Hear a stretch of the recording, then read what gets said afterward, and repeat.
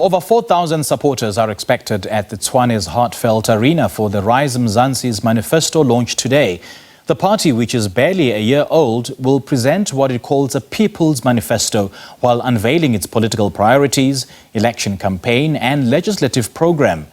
RISE Mzansi has 5 key tenets, namely political reform, public safety, economic growth, inclusion and justice, fighting corruption and climate crisis. We now cross back to our reporter Natasha Phiri, who is out at the arena. A very good morning to you, Natasha. Thank you so much for joining us. What can you tell us at this point?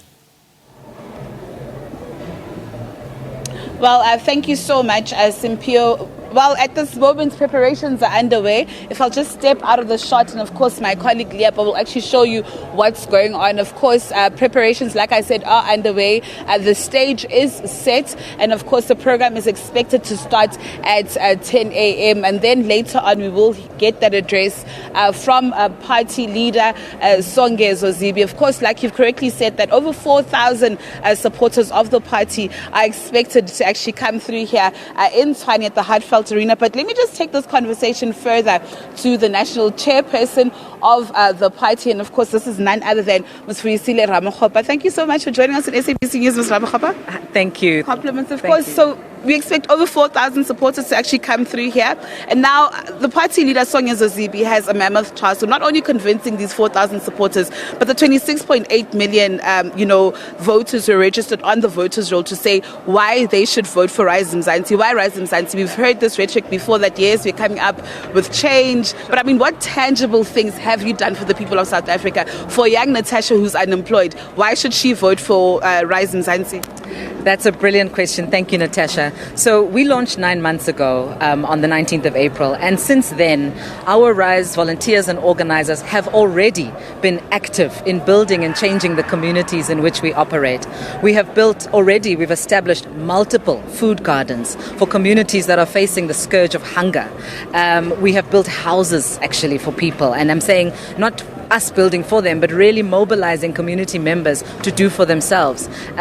We've hosted soup gardens. We have assisted even those who have been affected by fires in the Joburg CBD, in Cape Town, etc. And our theory of change is that we are not waiting to be in government so that we can make a change.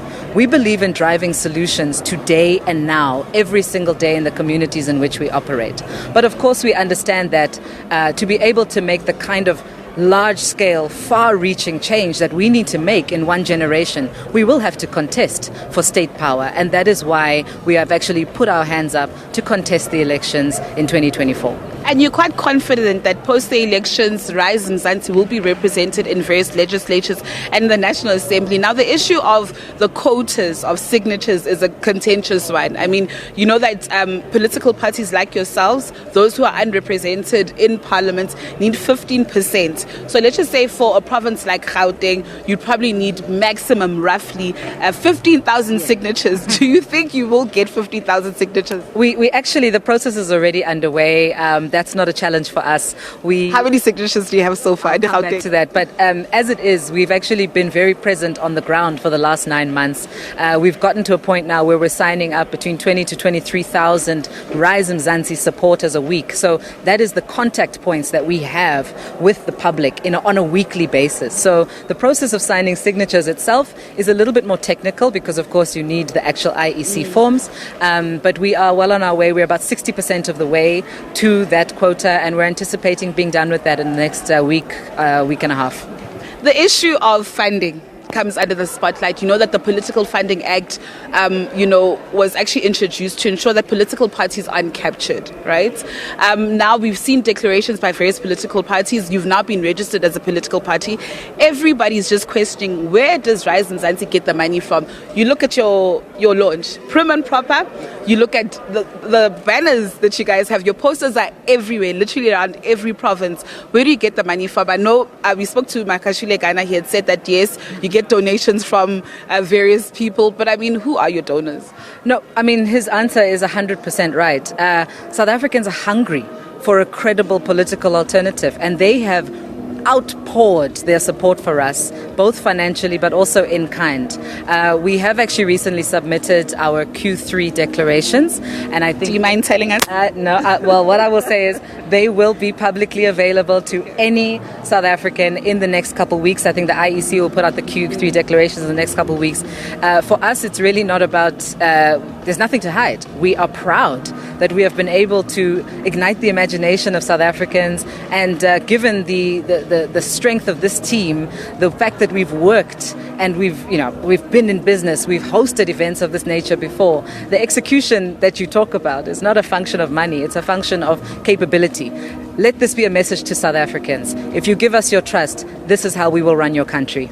And you talk about business. Of course, you've engaged with the business sector, you've engaged with civil society organizations and community members last year, at your People's Convention, which then culminated into a People's Declaration. Of course, we have the People's Manifesto. For those who are watching at home and, just want a snippet of what we can expect from today, what can you tell them? Well, indeed, it's been thousands of conversations over the last few months at all levels of society. In the business community, big and small, different communities, individual conversations. And so really what we've tried to do is provide a document that is not simply ideological in nature, but very practical. It speaks in the language of ordinary South Africans. South Africans are suffering, for example, from hunger. It is something that plagues individuals who exist in communities every day. So we need to talk about hunger and how we are going to solve hunger as a specific problem. And we've done so. And we've put forward some proposals in that regard. But I think one of the big takeout messages also here, which we've been unequivocal about and unashamed about, is that we are facing a leadership crisis in South Africa.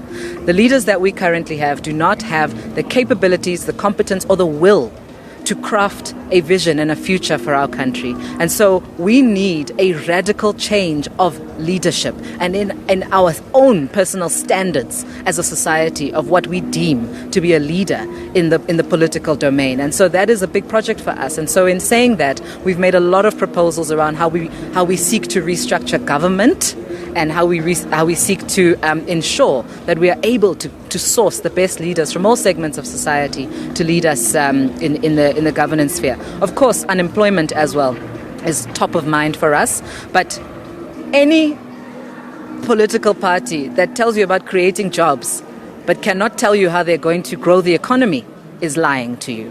So we have been very decisive and very clear about how we are going to grow the economy, what are the specific interventions, because we cannot talk job growth if we cannot put forward a credible plan to grow the economy. So those are some of the highlights. Of course, there's a lot more. We'll be talking to some of the big issues also on people's minds, immigration and irregular migration. I think those are top issues for people, and many more.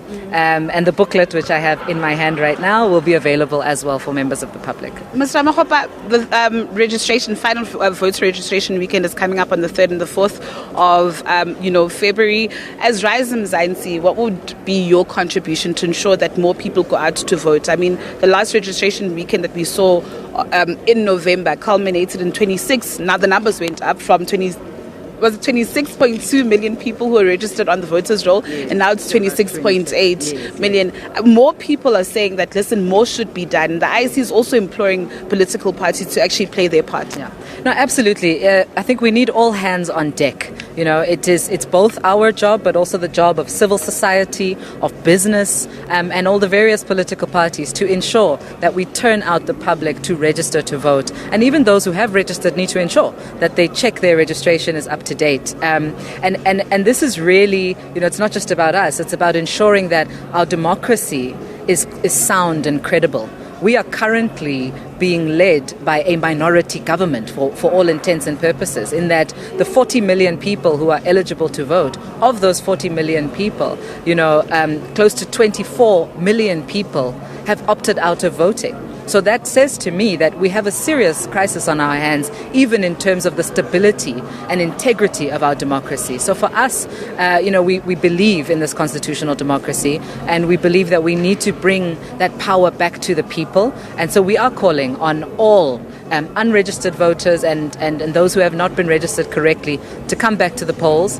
And the most important thing is, don't come back to the polls for the same old, same old. There are many new options now. We are here. There are many others who want to do the right thing. And I think the public needs to give us a chance. I know I said lastly, but I promise this is the last question. Your stance on the Israel and Palestine war. I know that RISE Mzansi had backed South Africa's genocide case against Israel at the International Court of Justice. Yeah. So our stance is very much in line with our stated values, as well as what we believe to be the stated values of our constitution as a country. You know, human rights is at the center of how we assess our position. It's not about taking sides. It's about saying there has been a gross human rights violation in the genocide that has taken place in Palestine. And so we've repeatedly called for an absolute ceasefire. We reiterate that call. And we think that the international community, in the form of the UN Security Council, needs to step up to the plate and play its role. Otherwise, they risk undermining that which they were intended to do, which is ensure peace and security in the world. So, our prayers, of course, are with the people of Palestine and with the many that have died at the hands of this conflict. And we stand always for human rights. Thank you so much for your time. Thank you. Thank you. Of course, I was the National Chair of RISE Mzansi. Of course, talking about a number of issues, what the party, tangible things that the party has done so far for the people of South Africa, building houses, planting food gardens, like she says. And of course, just engaging with communities, promising that, RISE Mzansi is a breath of fresh air on the political scene. Of course, also talking about funding, saying that they have declared their funding with the IEC. And of course, we will be seeing that later on.